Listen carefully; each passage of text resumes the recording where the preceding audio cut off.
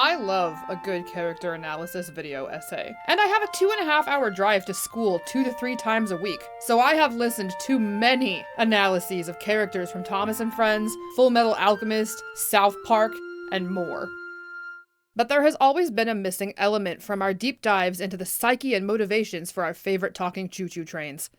I have never seen anybody, including myself, incorporate this aspect into their videos before. But that changes today! Now! Prepare for my content to elevate to previously unattainable heights! Prepare to be amazed, enlightened, dazzled, delighted, starstruck by astrology!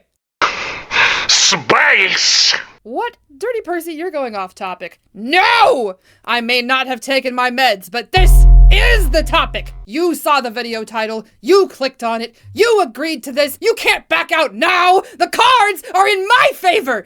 I am confident that no one will care enough to challenge my claims, so as far as you and I are concerned, this is the objective truth.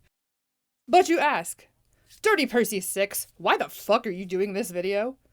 Don't you have schoolwork to do? Why would an engine's astrological sign matter? And to that I say, shut! Mind your business! They don't matter! Also, there was a time when I was super into astrology, tarot cards, and all that metaphysical woo-woo because I had spiritual psychosis. And I'll be damned if I let those hundreds of hours of research go to waste! On top of that, I have ADHD and bipolar type 2, and I haven't taken my psych meds in a couple of months. So now we have this. We have Zodiac trains. Everyone say, thank you, mental illness. Thank you, mental illness. Before we get to the good stuff, here is a crash course on astrology. The big 3 are your sun, moon, and rising signs. The sun sign is determined by your birth date and is the core of your personality. The moon sign is your inner child. The rising sign is the mask you wear for the world. Pretty simple, right? Wrong!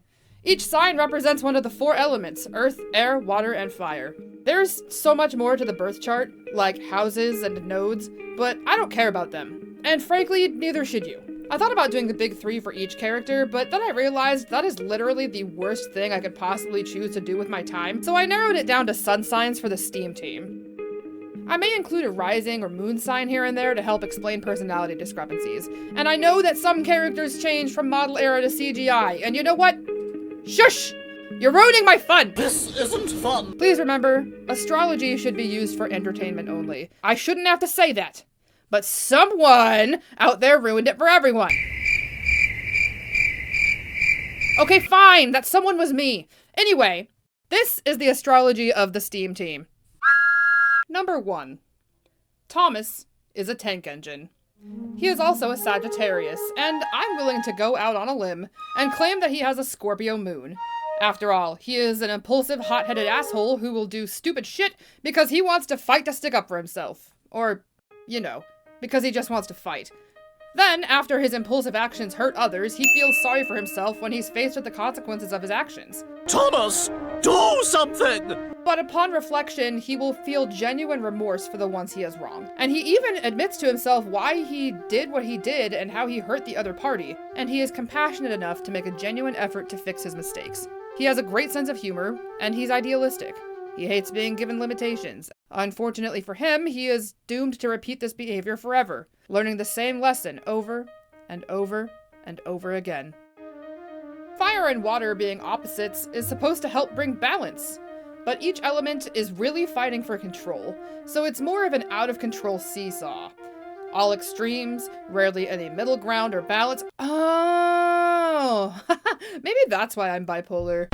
Side note, obviously that's not why I'm bipolar. I'm bipolar because that shit's genetic. I'm a psych major and I make jokes about these kind of things, but it is important to me that you know that astrology does not actually cause mental illness. Although you're a hell of a lot more likely to believe in astrology if you're mentally ill. Number 2. Edward is a Capricorn. He knows that patience, perseverance, and dedication are the only things that truly matter, as they are the only things that ever pay off in a fulfilling manner. This is also called being a really useful engine, but he will also be the one to reassure you when you're feeling down on yourself because he knows that everyone has times when they aren't at their best.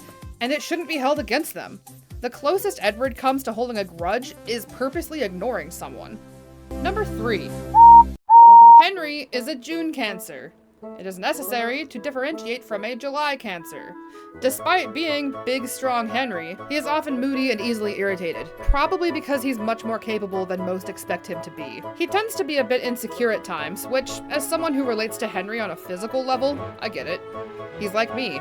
Born with a physical limitation, found the right meds to treat it, then got injured so badly that it required surgery to fix the injury, which also, in turn, fixed the physical defect. And now I'm much more capable than I was before. Henry is often sympathetic to other engines and their plights, and he would never kick someone while they were down. Mostly because he doesn't have feet. He also has a Libra rising sign, as he is cooperative and gentle, and he loves nature. Despite being one of the most capable engines on the island, Henry is still prone to self-pity due to his insecurities. And you know what? I feel that. I'm wishing cancer upon you. Cancer? That's right. I'm trying to give you cancer with my mind. Ah! Stop that! Hey, don't give me cancer! Well done, Henry, laughed his driver. Number 4. Gordon. Now, Gordon was much more complicated than the rest to narrow down, and I had to determine all of his big 3 signs to capture the nuances of his character. Gordon is a Capricorn sun, a Leo moon, and a Taurus rising. His Taurus rising sign influences Gordon to be a powerful and dominant presence. I am Gordon. Who demands and frankly deserves the respect he gets. I am Gordon. His Capricorn sun sign makes him resistant to change. What? Arrogant and condescending, especially if he sees someone as beneath him, like, well, anyone who isn't Gordon. I am Gordon.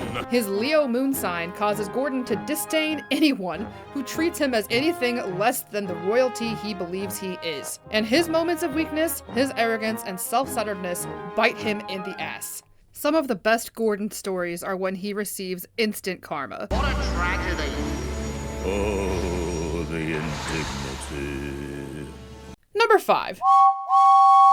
James is clearly an Aries. He is much more self-absorbed and can get a bit aggressive, and he feels sorry for himself when he has to deal with the consequences of his actions. The difference between him and Thomas is that he feels sorry for himself and no one else. He typically doesn't care about anyone else. He doesn't feel remorse when he is wrong. He doesn't consider other people's feelings when he is in the wrong. Still, he will apologize on principle because he knows that an apology can go a long way, even if he doesn't particularly care about the other party's emotions, and even if he's not actually sorry. I think James has a Sagittarius moon sign, as he is impulsive, and even though he learns his lesson over and over like Thomas does, in episodes like An Engine of Many Colors, he shows that he does know better, but he continues to make mistakes anyway because he is too short-sighted to think of the long-term consequences of his actions. He is also too much of a narcissist to care about the way his actions affect others, and he doesn't hide that fact at all. And he's not trying to either. Ha ha! Said James. Somebody has to be the favorite. Somebody has to be me. Here's James. Number 6. Percy is a July Cancer, which is why he's different from Henry, but has similar underlying characteristics. Percy is one of the most caring and devoted engines on the entire island. It takes a lot to push Percy past his limit of bullshit tolerance. And when he does finally explode in anger, just pray that you're not the one who pissed in his boiler. He gets flustered when he is teased or condescended, and he takes things to heart really easily, especially when his feelings get hurt. And despite being sensitive, he is still incredibly hardworking. He underestimates how important the mail train is sometimes, which in turn causes him to underestimate how important he is. He is insecure about himself occasionally, and it takes a lot of reassurance to help him overcome those insecurities. But a good laugh with friends will always cheer up Percy. Please stop talking about the statue. No one wants to hear about it anymore.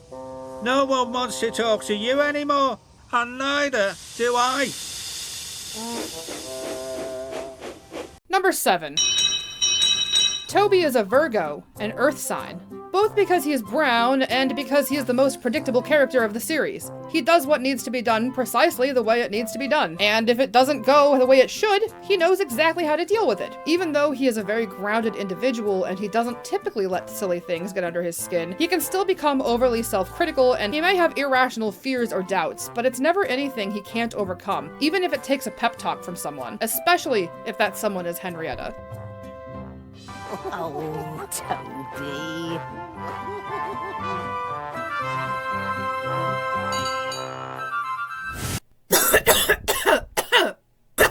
Man, that ending was so beautiful. Oh, right. Emily. Emily is a Taurus, also an earth sign. She is more grounded than the likes of James and Gordon, but she can be stubborn and uncompromising in her moments of weakness. She doesn't like that she has insecurities, and as a result, she does her best to overcome them, but this manifests as different, sometimes toxic behaviors throughout the show, all of which were driven by the same character trait. Emily has an Aquarius moon, which, don't let the name fool you, is an air sign, which gives her the temperamental and know-it-all side to her caring and nurturing character. She also doesn't like being lonely or bored. When she doesn't have anything interesting to do, Emily feels insecure about how important she is as an individual, which can lead to her becoming depressed. I like that this is explored in Best Engine Ever with Caitlin. A character like Emily has a lot of depth, and that complexity and nuance makes her interesting to write about and relatable to watch. Her portrayals in the Hit and Brenner eras show opposing sides of her character, exploring both her strengths and weaknesses in different ways. At the end of the day, what we know about Emily is that she is almost always the smartest person in the room. You should say sorry for bossing me about. I am sorry. Sorry you didn't listen to me. Bonus round. Diesel is a Scorpio. He likes to tease others, and he hates when others show off, but he has no issues with showing off himself. He can be outright manipulative if he feels jealous of someone, even going so far as turning others against someone, or resorting to violence. And he doesn't like revealing things about himself. He will use others' secrets against them, so he doesn't reveal things about himself in fear that others will treat him the way he has treated them. This concept of Diesel's psyche really gets explored in Season 14's Diesel's Special Delivery and Season 21's Springtime for Diesel. I hope you can be fixed. I wish I could do something to make everything all right again. I like you. Although after this, I don't suppose you'll ever want to be my friend. Does that sound like a steamies whistle? Peep, peep! Well, there it is, folks. I have applied pseudoscience to talking choo-choos. This is me using my education for the good of mankind. Subscribe for more chaos. Please?